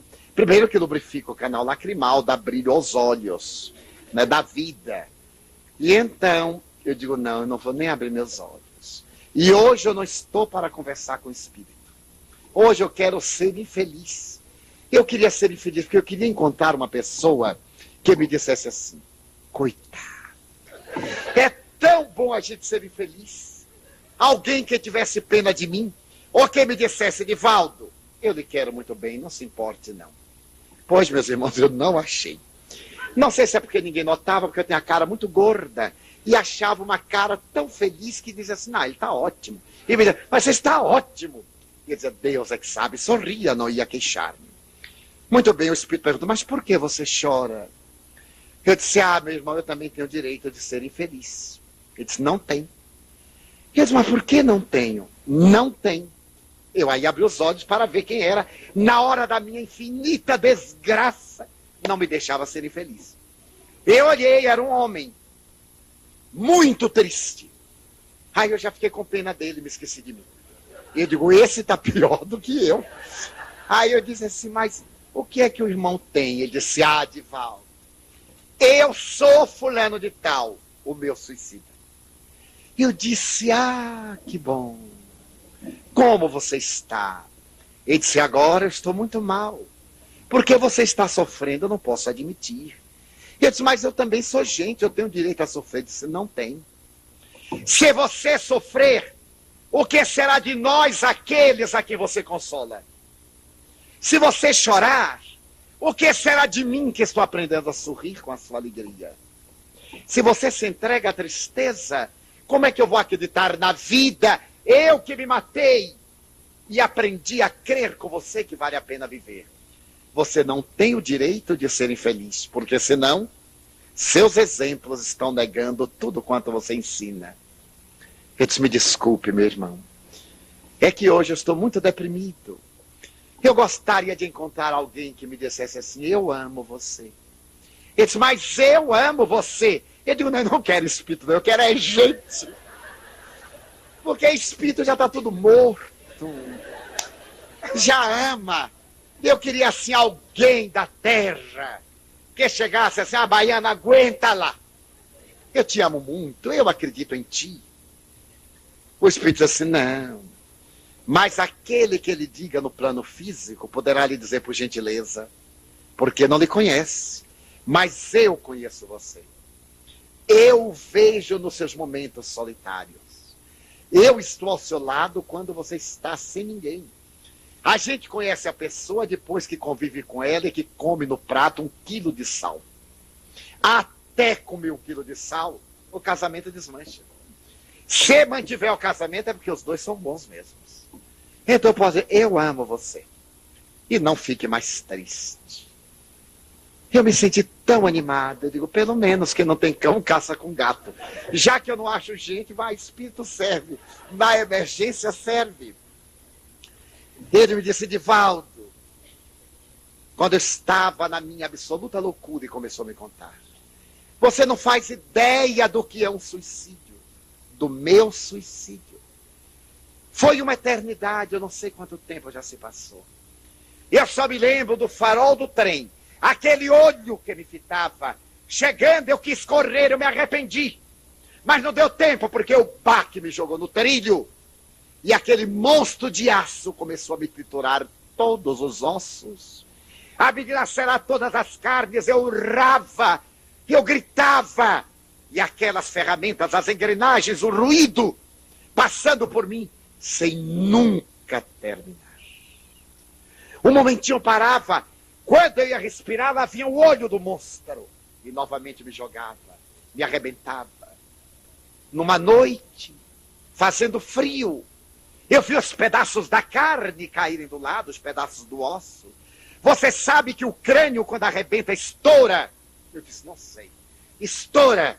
Na hora que a cabeça bateu no trilho, Eu vi aquele estouro e quando arrebentou, que o cérebro foi jogado longe, você não pode ter ideia como se milhares de estilhaços de aço se cravassem dentro do cérebro. E então era uma dor infernal. O inferno não é nada.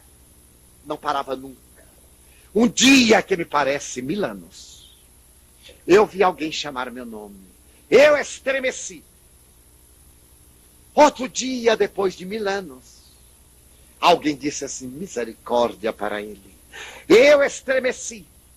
E nesse átimo de minuto, eu tive a impressão de uma onda de calor. Mas voltava o trem.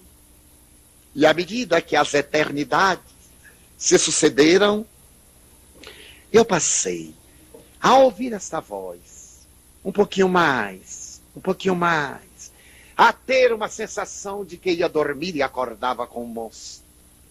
Até que um dia eu dormi. Não sei quanto tempo durou. O que eu sei é que eu despertei e você estava aqui e me chamava com tanta doçura. E dizia, ele não tem culpa. De fato, eu não tenho culpa. E eu me matei porque meus 10 filhos estavam com fome. Eu fui posto para fora da obra, eu era operário, eu era pedreiro. A minha mulher lavadeira. Para que viver assim? Chegar em casa e ver os filhos com fome? Ou eu saía para matar e roubar, ou me matava. E digo, errado, meu irmão. Errado, isso é um sofisma. E lhe expliquei, disse, eu sei. Agora eu sei, mas é tarde demais. E foi contando. Então eu perguntei, que é esse homem que está orando por mim? Rezando por mim. Aí o trem me arrebatou outra vez. Aí eu passei a ter períodos de paz e períodos embaixo do trem. Agora eu já não vou mais para o lugar do trem. Eu consegui sair do trilho do trem. E passei a acompanhar você. A ouvir você falando. A estar próximo de você. Aí eu encontrei mamãe. Ela me explicou o que me havia acontecido e me levou em casa. Quando eu cheguei em casa, a minha mulher estava lavando roupa e dizia, desgraçado, abandonou-nos quando nós mais necessitávamos dele. Para ele foi fácil, se matou, acabou. Mas nos deixou aqui, porque o suicida sofre não apenas o crime que perpetra, mas os danos que se derivam em relação às outras pessoas e que são responsabilidade dele. Eu passei agora a ter o drama moral. E a minha mulher dizia, não se lembrou da filha, mocinha, que agora é uma decaída. E eu me senti arrastar. E na ladeira da montanha, na Rua do Papel, que é o pior meretrício de Salvador, que atende ao Cais do Porto, a minha filha estava chorando à porta e dizia, por culpa de papai. Se eu tivesse tido um pai que me aconselhasse, que me desse a mão amiga, eu não estava aqui. Ela está usando álcool. Está no último quartel da vida tuberculosa. E ela lembrava do irmão que está na cadeia. Até eu me senti no cárcere. O meu filho ali, ele também dizia órfão. Órfão de pai e órfão da vida. Então você não sabe o que eu tenho sofrido moralmente. Os meus poucos momentos de conforto é quando você chama por mim. Quando você diz assim, meu Deus, ele não queria se matar. Ele estava louco.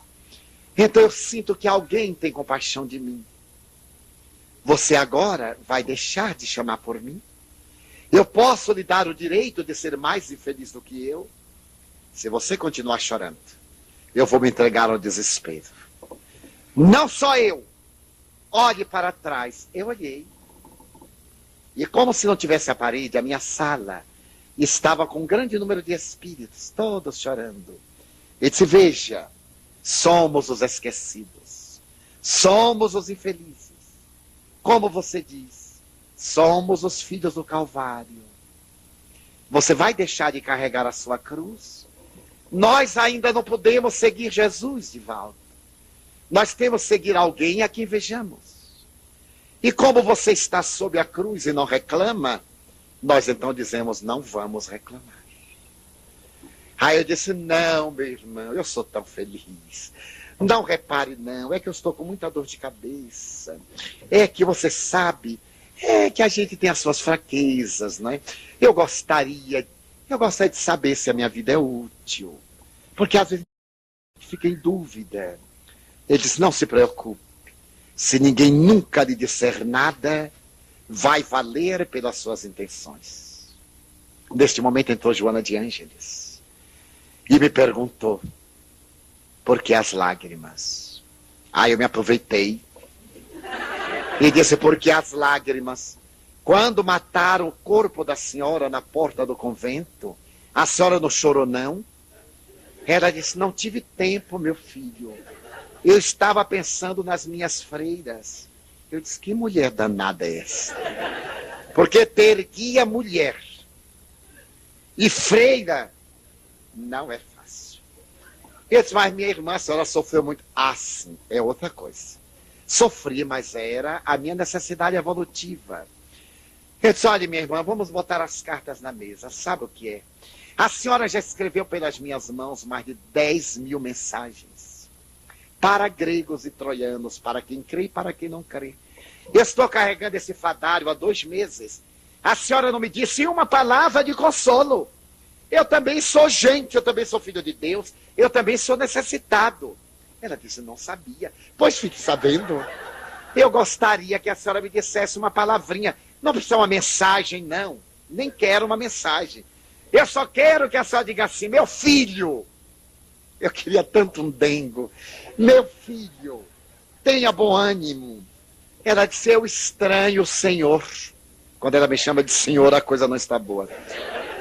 Porque eu sempre escrevo na segunda pessoa do singular. Tu, ti, contigo, para ti. Então eu nunca escrevi para ninguém, exceto para ti.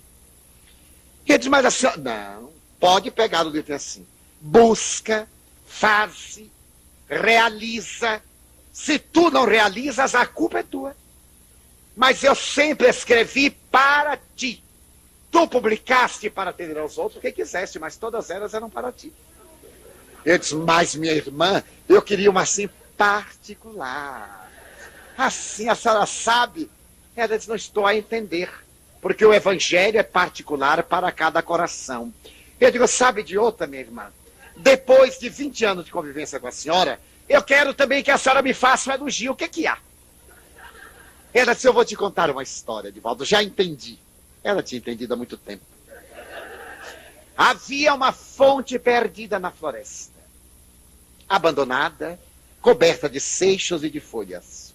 Um dia, um viandante perdido e cansado, sedento, abeberou-se e vendo a água lá embaixo, improvisou um balde, retirou um pouco, sorveu-a e disse, Deus te abençoe, água generosa e amiga, que me acabas de matar a sede, Deus te abençoe. E a fonte ficou contente, disse, que bom, matar a sede de alguém, oh meu Deus, como eu gostaria de matar a sede de homens, de animais, de pássaros, e Deus, apiedado, fez que nuvens carregadas chovessem, e a fonte cresceu e chegou à borda. Os animais vieram e beberam, as aves pousaram, ali também se utilizaram dela os viandantes, e a fonte disse, ai meu Deus, muito obrigado, como eu gostaria de ser um córrego que lambesse a raiz das árvores mortas, que passasse pela areia sem vida e reverdecesse a terra. Ó Senhor! E Deus fez chover. Choveu, a fonte transbordou. Tornou-se um córrego, saiu a lamber as raízes, e houve vegetação luxuriante. E as árvores diziam, olá, amiga fonte. E as folhas abençoavam-na. As árvores se cobriram de flores e de frutas, e a fonte, oh meu Deus, como eu gostaria de atravessar largas regiões até chegar ao mar para confundir as minhas com as suas águas. E Deus verteu sobre as nuvens a ternura que se converteu em chuva, e o córrego se foi e encontrou um obstáculo. Adiante de uma curva do caminho havia um toro de madeira caída. O córrego não reclamou, nem se deu conta. Parou ali, as águas cresceram e transbordou. Passou por cima do obstáculo. Adiante havia um galho seco, o córrego carregou. Havia folhas, ele levou.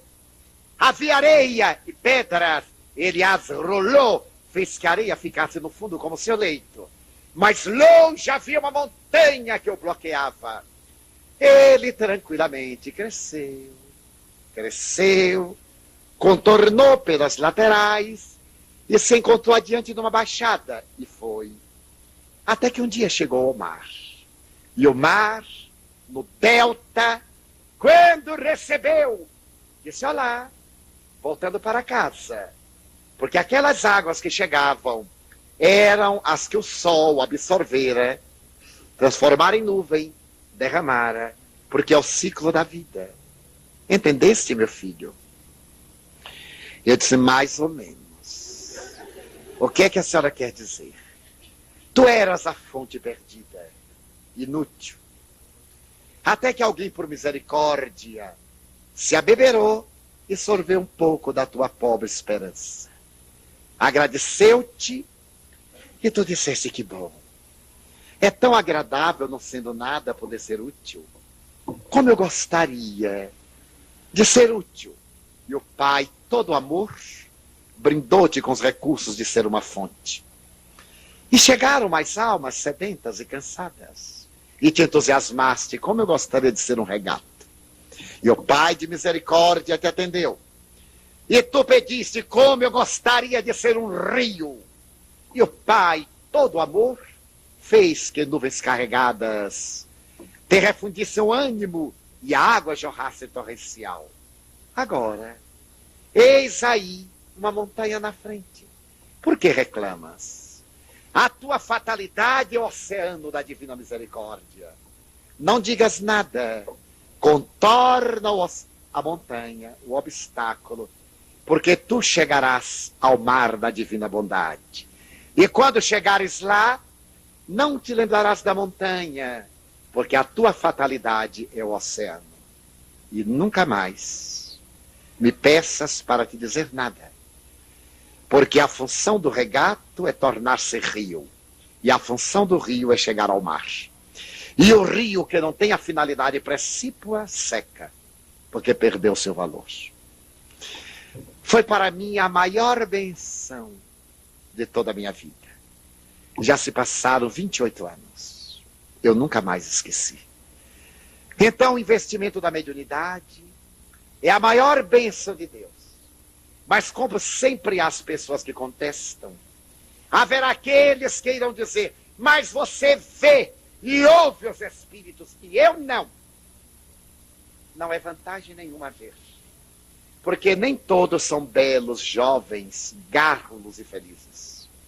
E vemos muito mais os que são feios, tristes, desventurados, perseguidores. E nem sempre ouvimos as sinfonias divinas da natureza, mas também as blasfêmias, os gritos e a dor. Mas qualquer indivíduo, e em especial qualquer médium, que logre fazer silêncio interior, ouvirá as estrelas, como diria Guilherme de Almeida com os poetas.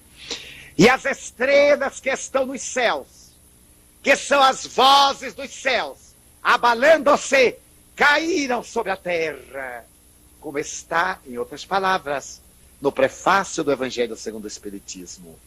Que nós, médiuns, saibamos levar o archote, porque há muita escuridão pelo caminho, esperando pelos pirilampos da estrada na noite escura, para que atendamos a amargura de quem vive na solidão.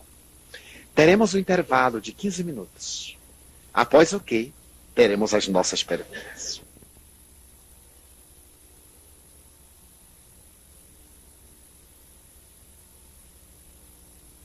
Com um pensamento de Charles Richer, o Prêmio Nobel de Fisiologia, e um dos pais da metapsíquica humana, asseverava Richer que tudo aquilo que para uma época é inverossímil, em outra época é perfeitamente verossímil.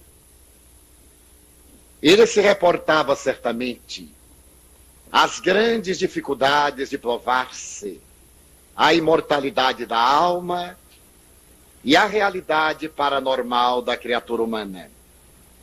Porém, aquilo que parecia um desafio, uma impossibilidade, com o tempo, tornou-se uma realidade natural que pôde ser demonstrada em laboratório.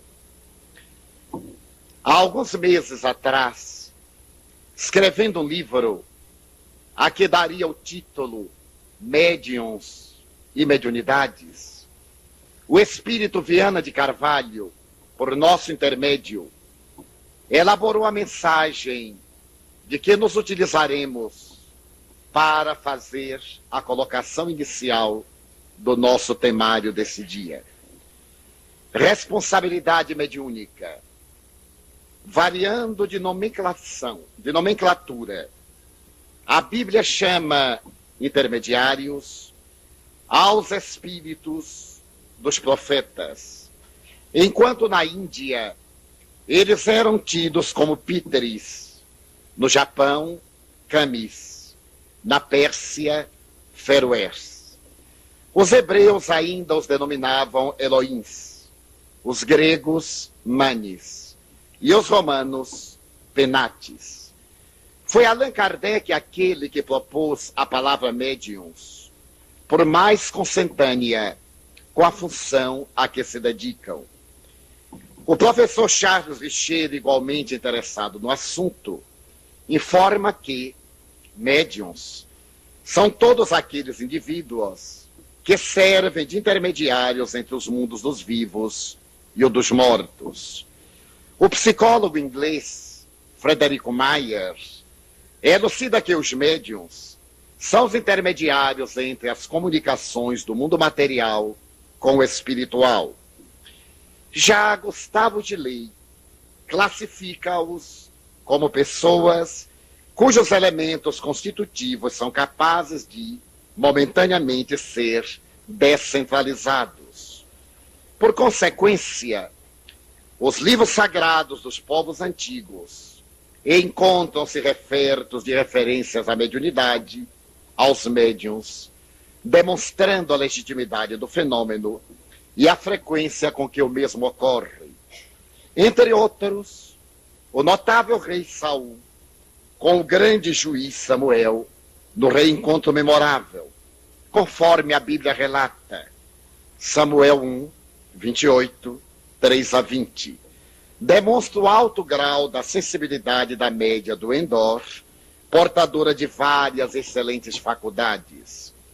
Em outras passagens do Velho Testamento, multiplicam-se as referências à mediunidade e aos médiuns, tal como no Levítico, em Isaías, em Daniel, em Miqueias, em Jeremias. No Egito e na Caldeia, na Índia e no Japão, os médiuns eram consultados com frequência, fato que se repetiria na Grécia e em Roma, herdeiras naturais da cultura e da civilização oriental.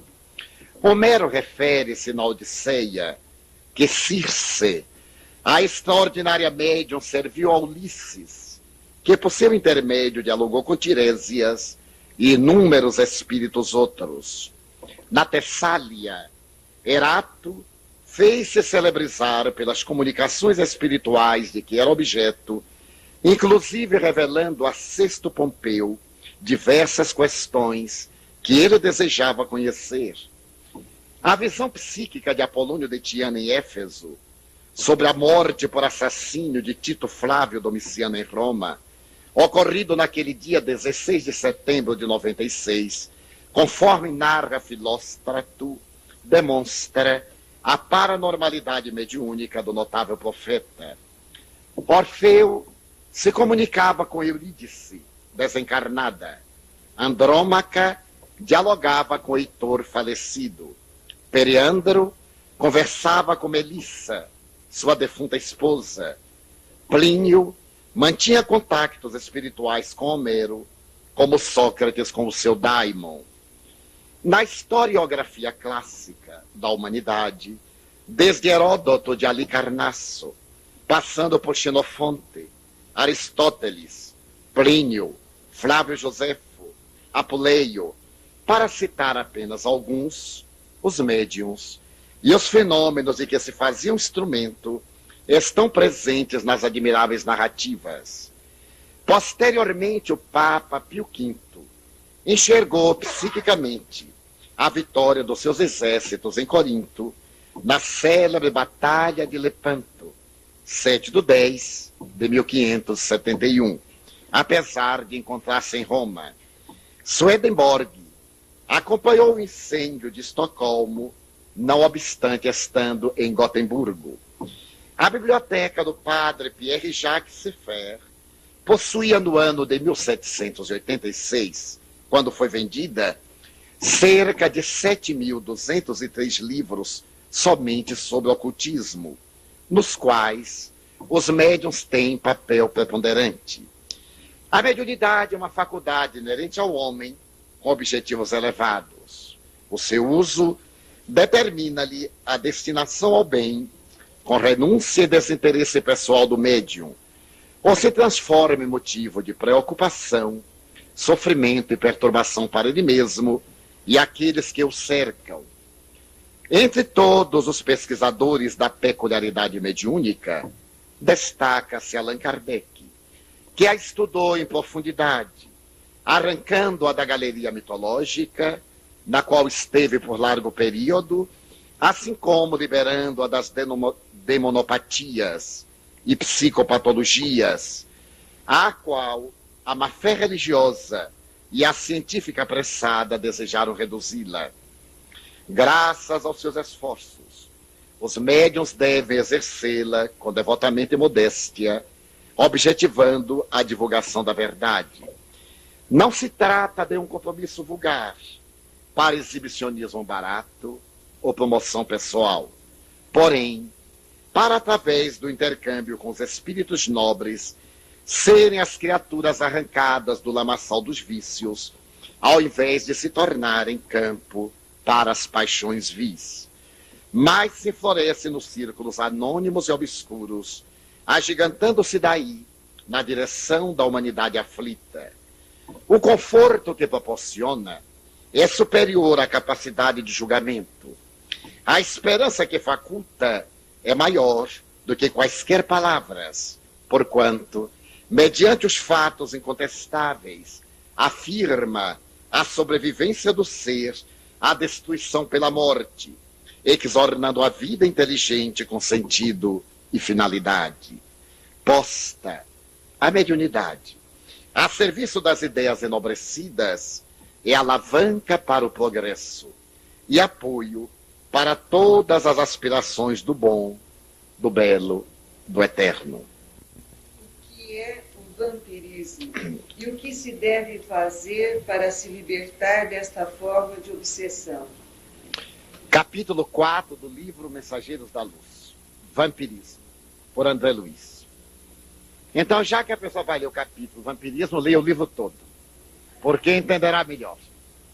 Como o próprio nome diz, é a técnica obsessiva através do qual há uma interdependência entre o hóspede, o espírito obsessor, e o hospedeiro, o médium obsidiado.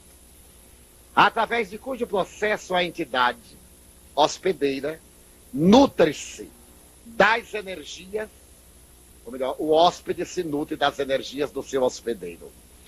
O vampirismo é um estado avançado de obsessão, já na faixa do terceiro período, Livro dos Médiuns, capítulo 23 das obsessões, quando Kardec estuda a subjugação.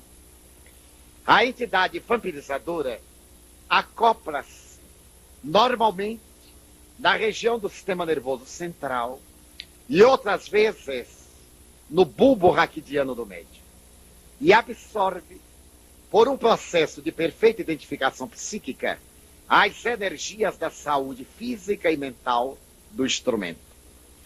Outras vezes, o espírito vampirizador induz o médium aos hábitos que caracterizavam o desencarnado durante a vida física: alcoolismo, tabagismo, sexolatria, toxicomania, e passa a manter os seus vícios através do instrumento maleável em suas mãos.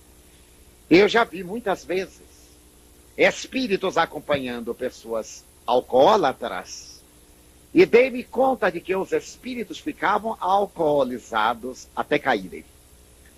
E às vezes o hospedeiro mantinha certa lucidez enquanto bebia, porque os espíritos lhes vampirizavam os vapores alcoólicos. Também na área do sexo, do cigarro, charuto e dos tóxicos em geral. A vampirização é um estado muito avançado das obsessões e requer um tratamento de choque. A pessoa deixar o vício de vez, mesmo que tenha crises alucinatórias, delírio tremens, estados de desequilíbrio, sendo conveniente o internamento hospitalar, que seria na área da terapêutica acadêmica para desencharcar-se. A primeira fase da libertação do vício é uma fase de quase loucura. Mas o vício é uma loucura a longo prazo, com um fim ilimitado. E eu gostaria de acrescentar aqui um dado. Os espíritos me têm informado que para nos libertarmos de um vício no além-túmulo, nós gastamos o mesmo tempo que mantivemos o vício na Terra. Então quem fuma 50 anos vai ter 50 lá com vontade de fumar. Em parapsicologia se chamaria isso de pregnância, porque fica impregnado o corpo, mas as matrizes estão no perispírito, no campo vibratório. E como é esse campo que vai se ligar ao espírito, porque é uma irradiação daquele, as sensações permanecerão no espírito por causa do seu campo impregnado. Então convém já ir libertando da agora, porque quando chegar lá o prazo já é menor. Mas do cigarro, dos vícios em geral, da maledicência, da inveja, do ciúme, porque estão dentro de nós. O maior inimigo nosso, o maior amigo, estão dentro de nós.